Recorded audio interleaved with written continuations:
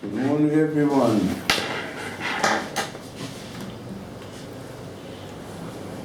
I want to now bring over the message Rav from Rav Dessler, who was, from my experience and studies, the greatest teacher of Musa of our time. He mastered the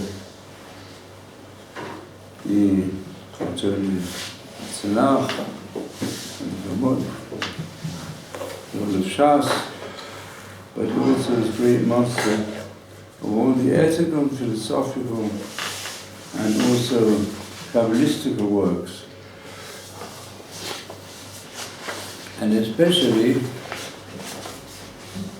he brought these teachings to face all the questions that arise from the thinking Jews. And his major disciple was a partner in establishing the yeshiva, and also beforehand, it was Rav Khan. And he did paraphrase many of his teachings in the volumes of Strive for Truth. So I have taken over to paraphrase some volumes that he edited, his teachings, and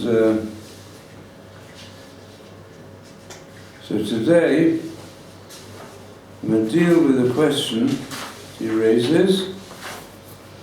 What is the special challenge at the end of the Galut before the arrival of the Mashiach? So I'm going to paraphrase Ikwat the Mashiach, which means really the heels of the Mashiach, the epoch of the Mashiach, Ikwat the Mashiach. Besof HaGalut Livnei Biat HaMashiach. Somebody asked the Chazon Ish, are we to reckon what's happening today is the beginning of the Geula? He says he's not so sure, but it's definitely the end of the Galut, or near the end. Because ultimately it depends on our teshuvah, how far we, each one of us, change ourselves in order to change the world. He begins by quoting the famous statement that was reported at the end of Masechet Sefer.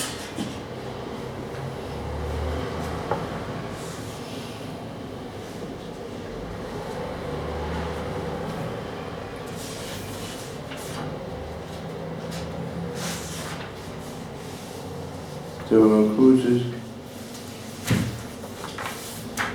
says,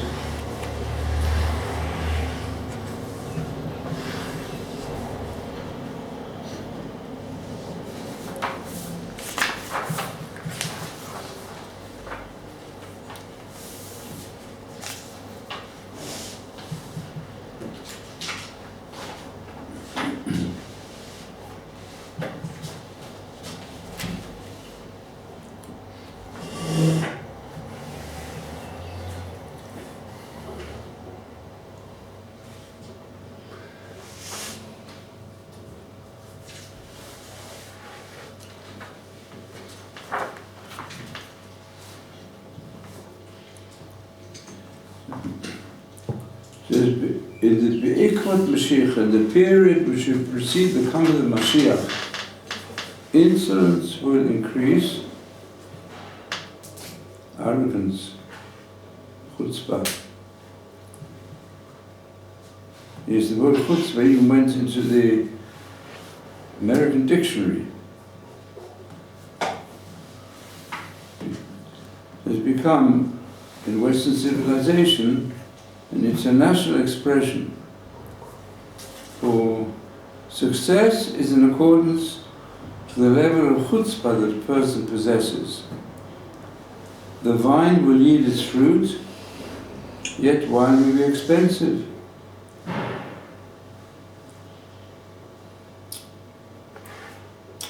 suppose that can be understood as alcoholism will spread. The government will turn over to heresy. Some of the world's most dominant powers will base themselves upon agnosticism or even atheism, as has been happening in the last 100 years. And there isn't anyone to rebuke them. Because everyone will say, well, who are you to tell me what is the truth?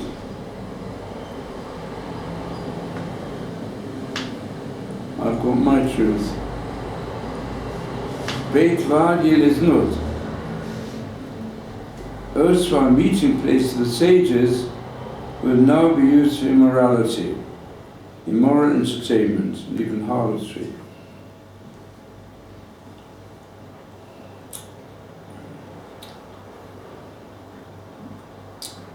In Eretz Israel, so the Galilee would be destroyed. Many attacks on it. The Galilee goes up to Lebanon. And the Gavlan will be desolated.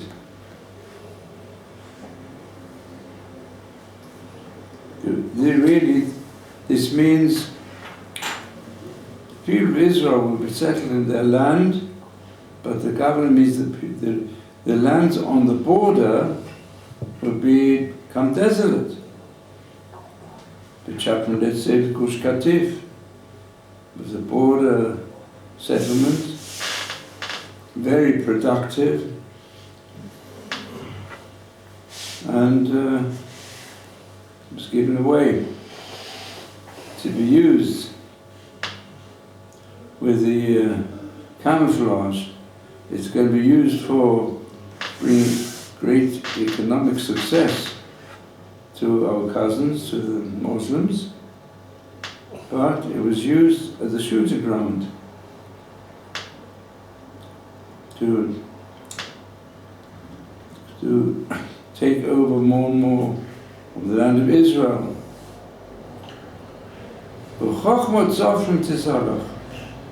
And the great scholars called Tzofrim, their wisdom will decay.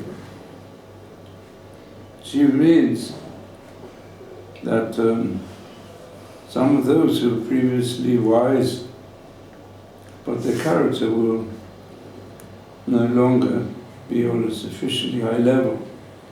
Those who dread sin, the some, they'll be despised.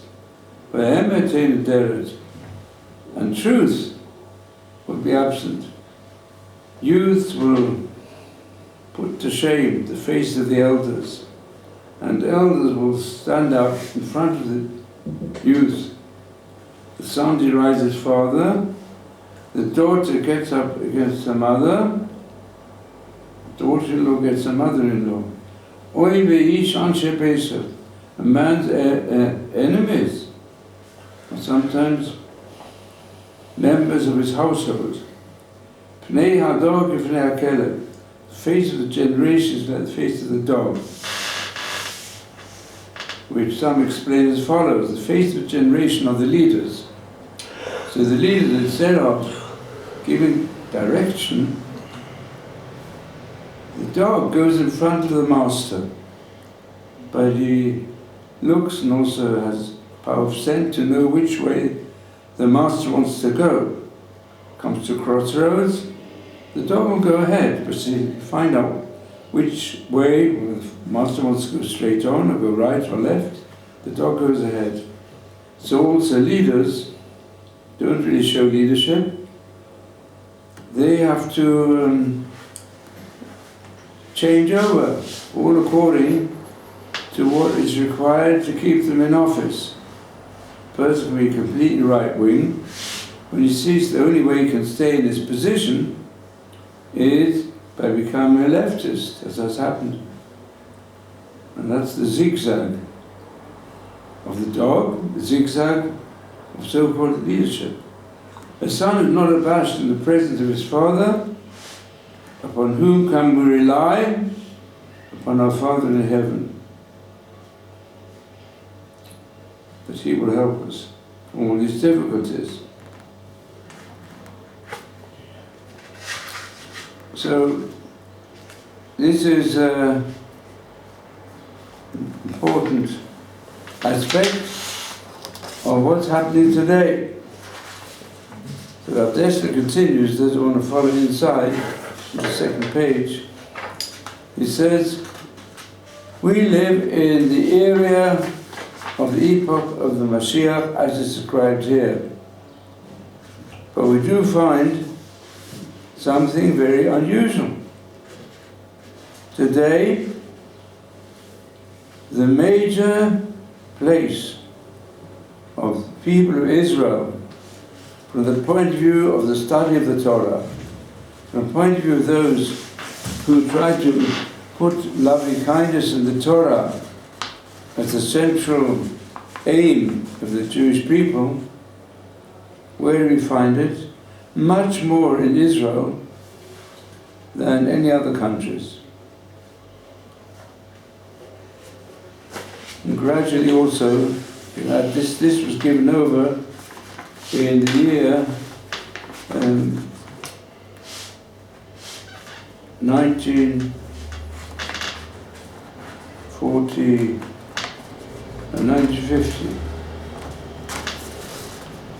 2 years after the establishment of the state.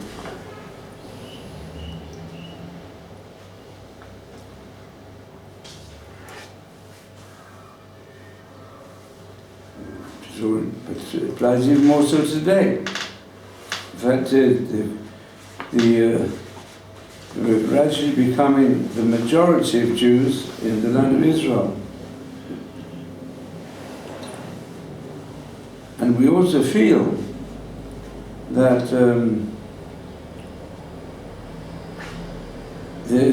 there is a promise which we recite day by day from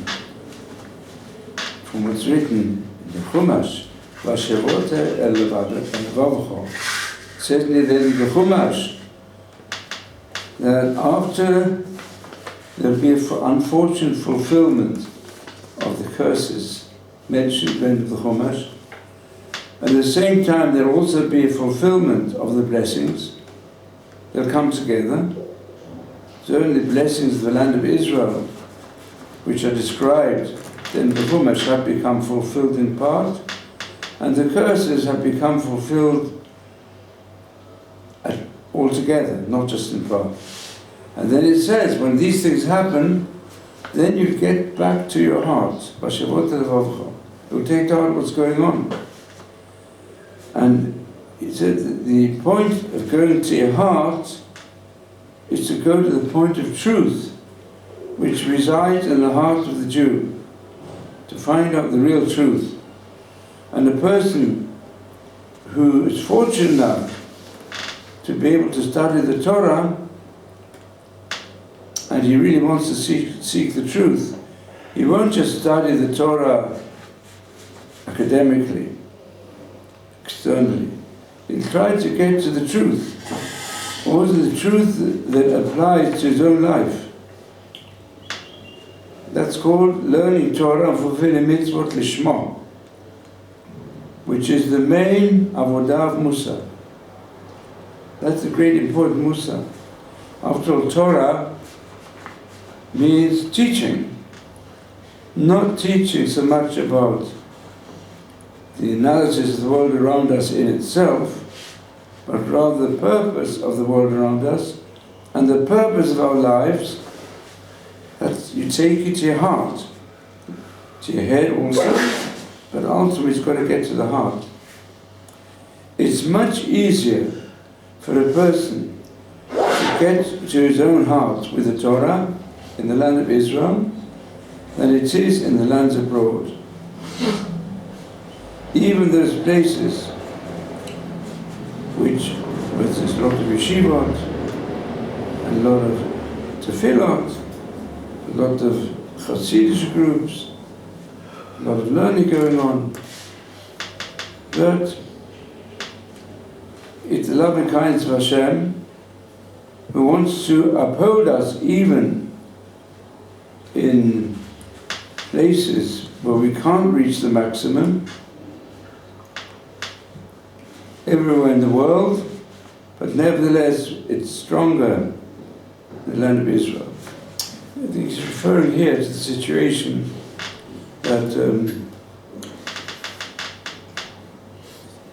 it's naturally so, since all the great saints, and it's even the Chofetz Chaim, his last years, he was constantly thinking of coming to live in Israel. He purchased a place in the kibbutz Chofetz Chaim, named after him. But they wouldn't let him go. The great leader in Eastern Europe, they wouldn't let him go. They said, we need you, even when he was getting very weak, could hardly speak much anymore, and couldn't hear well. But all the great leaders of the Jewish community in Eastern Europe, they begged him to stay. He stayed, but his heart was with what's going on in Eretz Yisrael.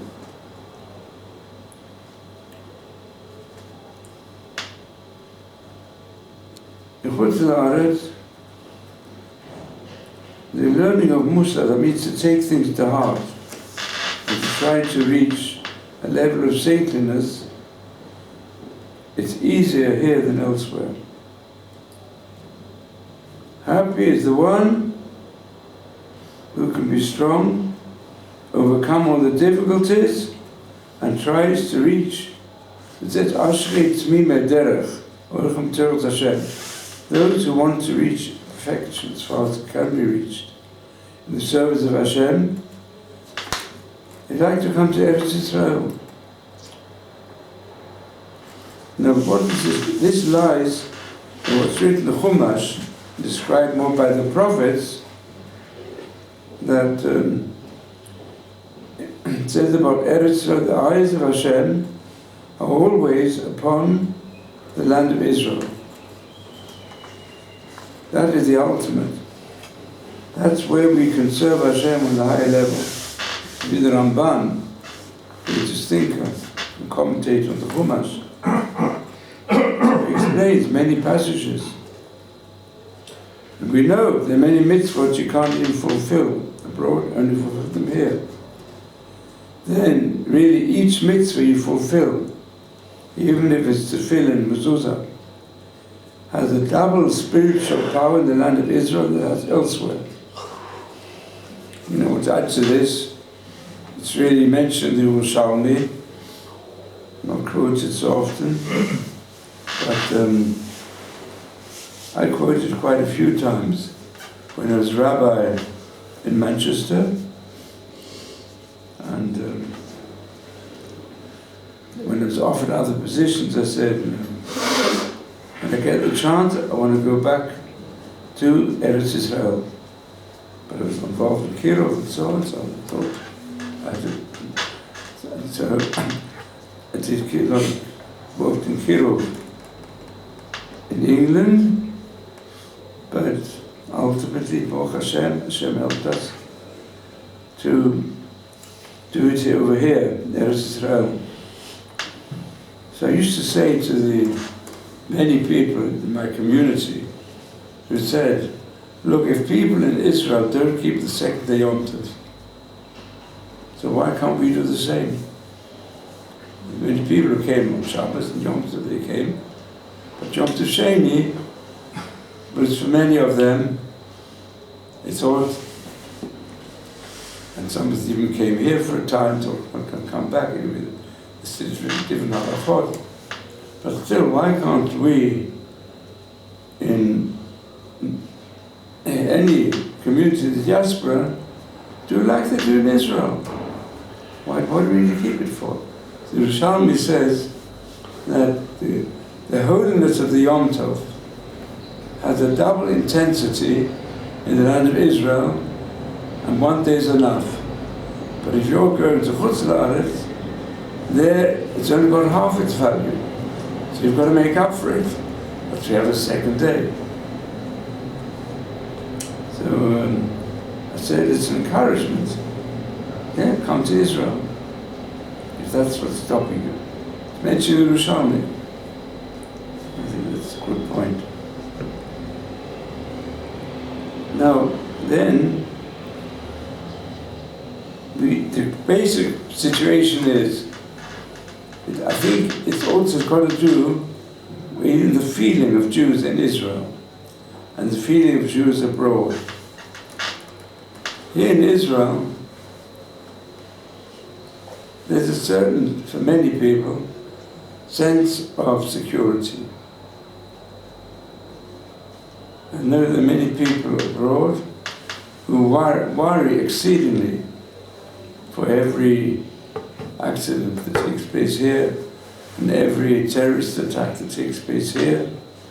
Here in Israel, it's also very terrible when it happens, and so many innocent people are killed, but on the other hand, we do feel, to some extent, more secure. It doesn't cause such a trauma as it causes the people frequently in Chutz La'aretz.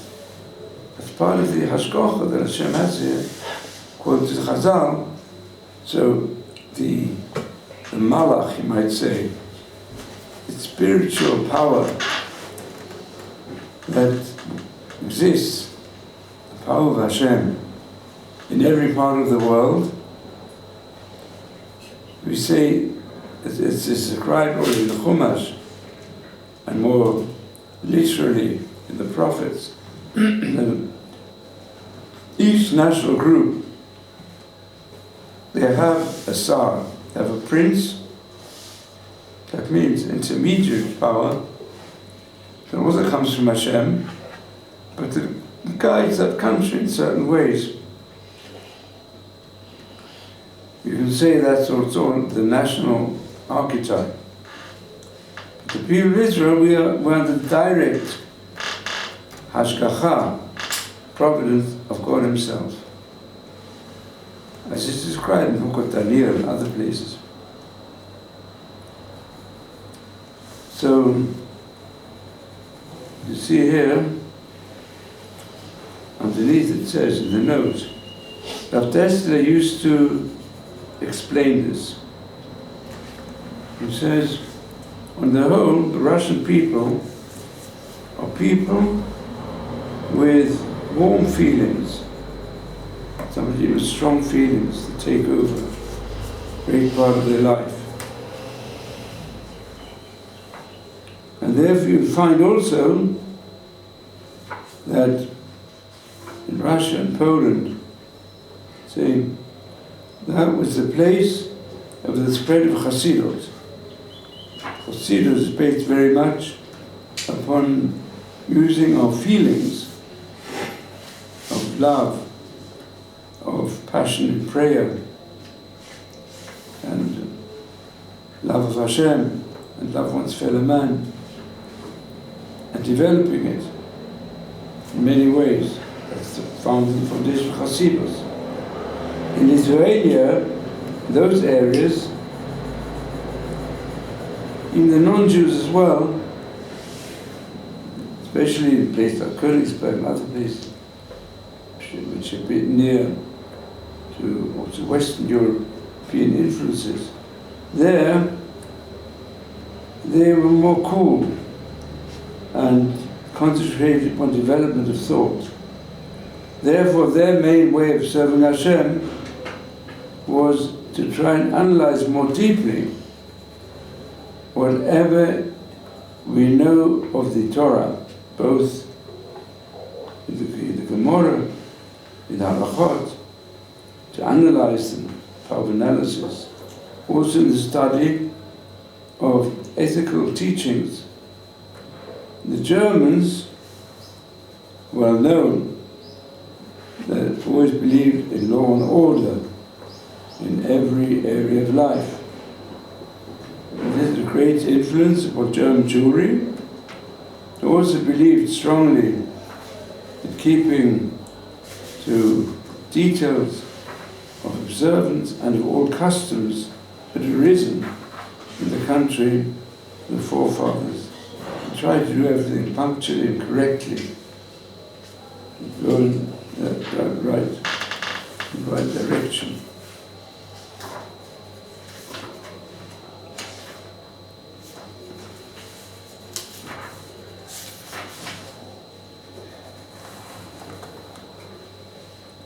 So it turns out that every galut of the Jewish people was used for purposes of reaching a high level of holiness with the specific qualities of the nation amongst whom they lived, which is the Ashpa'ah of the called the Sarya Ummah.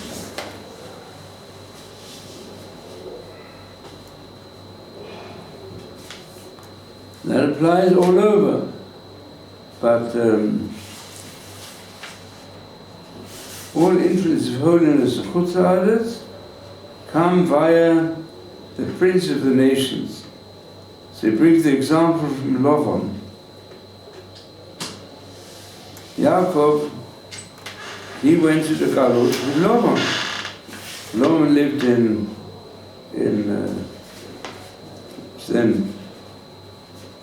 Choron, in Mesopotamia, and he was in exile. That's where he raised his family. He married his wives and had the children. So what did Lavan claim? He said, whatever you see, all the blessing, because he was very much blessed there with his flocks, it's described in Bereshis. And when Yaakov Avinu, when he left him, if the time has come to leave him, go to Eretz Yisrael, go to his homeland. So Laban said, whatever you see really belongs to me. Kol asher ata ro'eh lihu, it belongs to me. So he said, well, there's a certain aspect of truth in this. Otherwise, he wouldn't have written the Torah. So he says, the influence of holiness of Chutz La'aretz, it goes via the influences which exist in that nation and which influence the Jewish people. He influenced Yaakov Avinu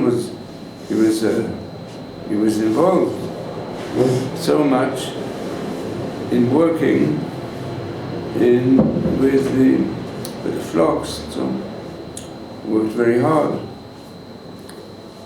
And he dedicated did everything in accordance with all the laws of the Torah. But the blessing he had, also with the children, how they brought them up, well, it came in part in the environment of the Sarei Ummot. So that's how the influence grows. And that applies what's written in Bereshit is Ma'aseh Avot Siman Lebanim. That goes on until today. And that's all the significance of the Sarim. They described, hinted at already in Bereshit, but in more detail in the book of Daniel, where was even their discussion of Michael is your prince. Michael the prince is one of the princes, the people of Israel. But it says that means Michael. It means even the people of Israel, wherever they are, they can still try their hardest to do their service of Hashem in a direct fashion, bring it to their heart. So Michael, who is there who's so close, to be able to recognize the power of God. That's the quality, high quality of the love of God, the love of the Torah, which brings a person to the level of the truth that comes to the heart. It uses everything in life, Shem Shamayim. Do you have any questions on this or on any other matter? Okay. Yes, I have a question. Yeah. On Mashiach.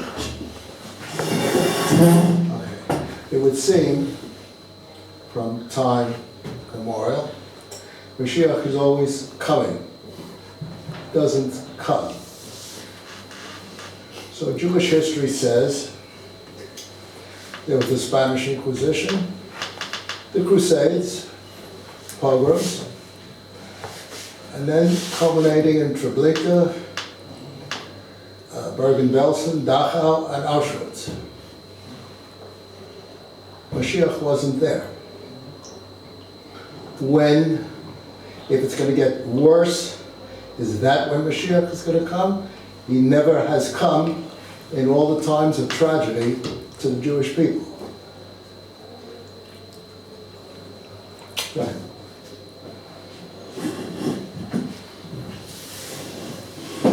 If one analyzes more deeply the traditions concerning Mashiach,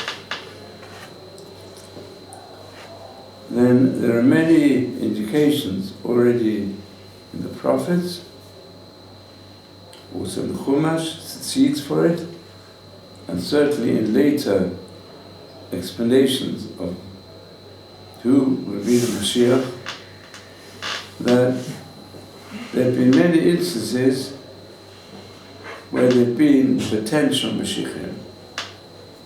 We say perhaps the Rambam, who crystallizes these views, puts them in brief but with more authoritative language than others. He used the example of Rabbi Akiva. Certainly the period of Rabbi Akiva was as difficult as many of the periods that you mentioned. There were also pogroms, massacres. He himself in the end was a victim also of a big massacre. And he even thought that Bar Kokhba could become the Mashiach. So is that possible? Because he says the Mashiach must be a person who is a great authority and so on. So how could Rabbi Akiva have thought he could be the Mashiach? But the Rambam himself describes Mashiach will be a person who occupies himself with Torah. And Bar Kokhba certainly had the potential also to learn. But in his time, he felt that he could also, if necessary, fight the battles of Hashem. So he became the leader who kept the Torah in every way. You see that many tefillin, for example, and with remnants even, some say, of Yitzvei Kodesh, found in the Bar Kokhba caves. And many of them were great Talmidei Chachamim. Unfortunately, in the end, it failed. Why did it fail? Because perhaps there was not enough zuchut. The sages say, there were some tzaddikim, as long as they were alive, he was victorious. This goes right back. If you want to put it, the original Mashiach was really supposed to be Moshe Rabbeinu.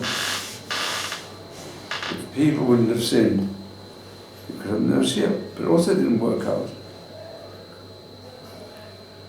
But according to the way the prophets describe it, as we say in the Tefillah, Zocher Chazdei Avot U'Meivi Goel Lifnei Bnei, he brings the Redeemer to the grandchildren of Avraham Avinu, and Yitzchak and Yaakov. And what has kept the people alive is the power of the Mashiach. That's what people are hoping for. If you go to the core of the Jewish people, even from Auschwitz, the people go saying, we'll outlive the Nazis, and we'll go to Eretz Israel, and we'll witness the Mashiach. And even how deep this goes, when there was the meeting between, I think it was Sadat and President of America and Begin. And Begin came to power. And I've heard that this story describes it well. Okay, Begin, he had to resist what the President of America, together with Prime Minister of Egypt and others, had said, no, we've got to give up different territories. I think it was also about the West Bank. There's no other way. So Begin, he hummed the tune. He hummed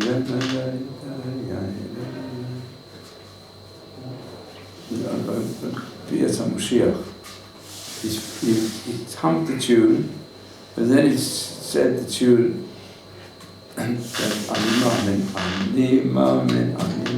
believe in the Mashiach.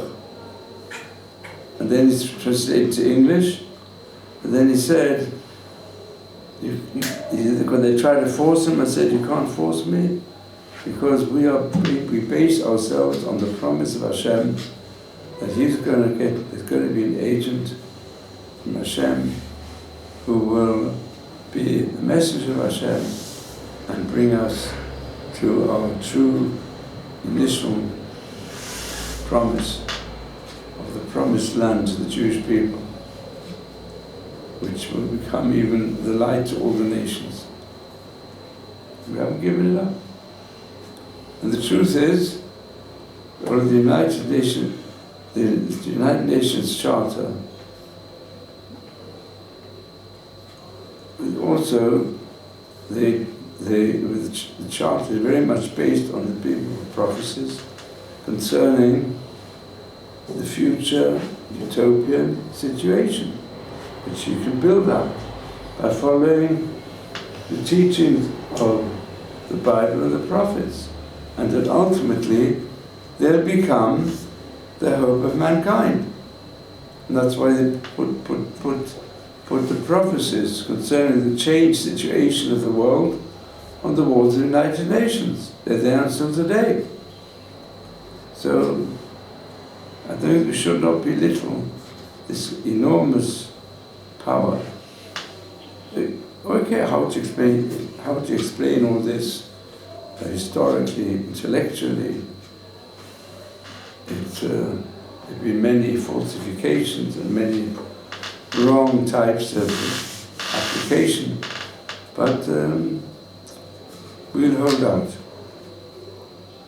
more than the Muslims and more than the Christians, who also base themselves on the same thing. I mean, they say it's not the Jewish Messiah, the Christian Messiah, or the Muslim Messiah. The concept of Messianism is a hope for a utopian world. And it seems the way things are going on today in the Middle East, and that's why, I mean, any moral people in the world would say, well, we can see the Jewish people as a whole, they're holding out on certain moral principles, while even some of the Muslim groups are beginning to recognize it. And the others, the many Christians, will rather support the Jewish more principles of morality, the real life, the good life. This is a very important aspect of mankind's deterioration, but this is the hope, we would say, of a great section of the human species today.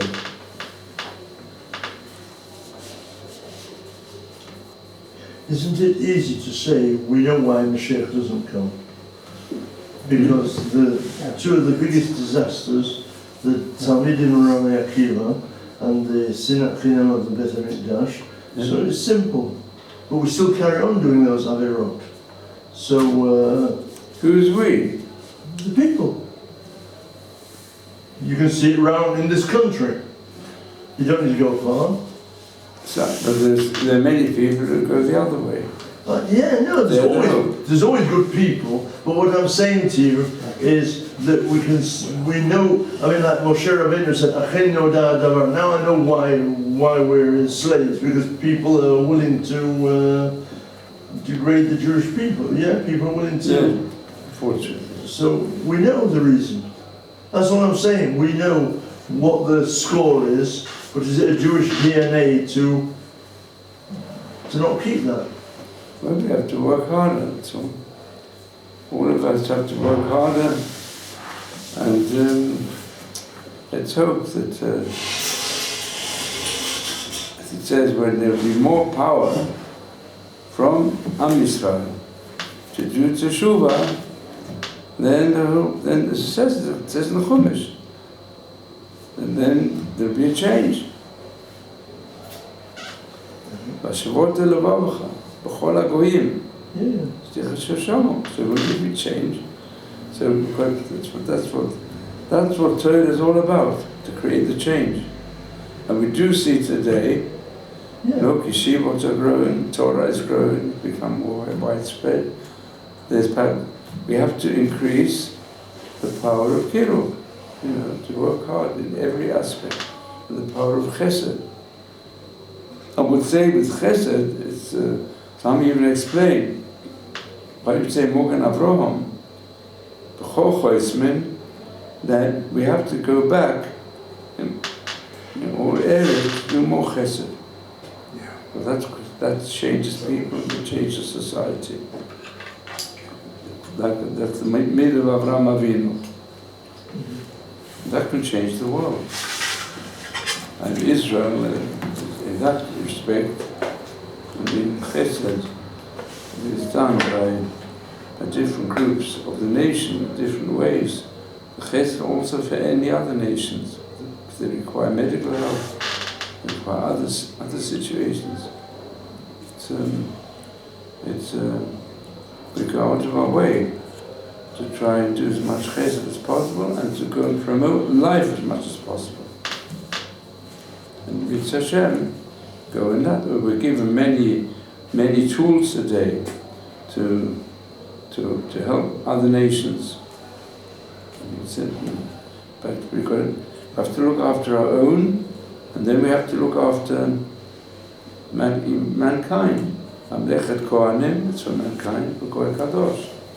It's for your own nations to be holy, set a good example.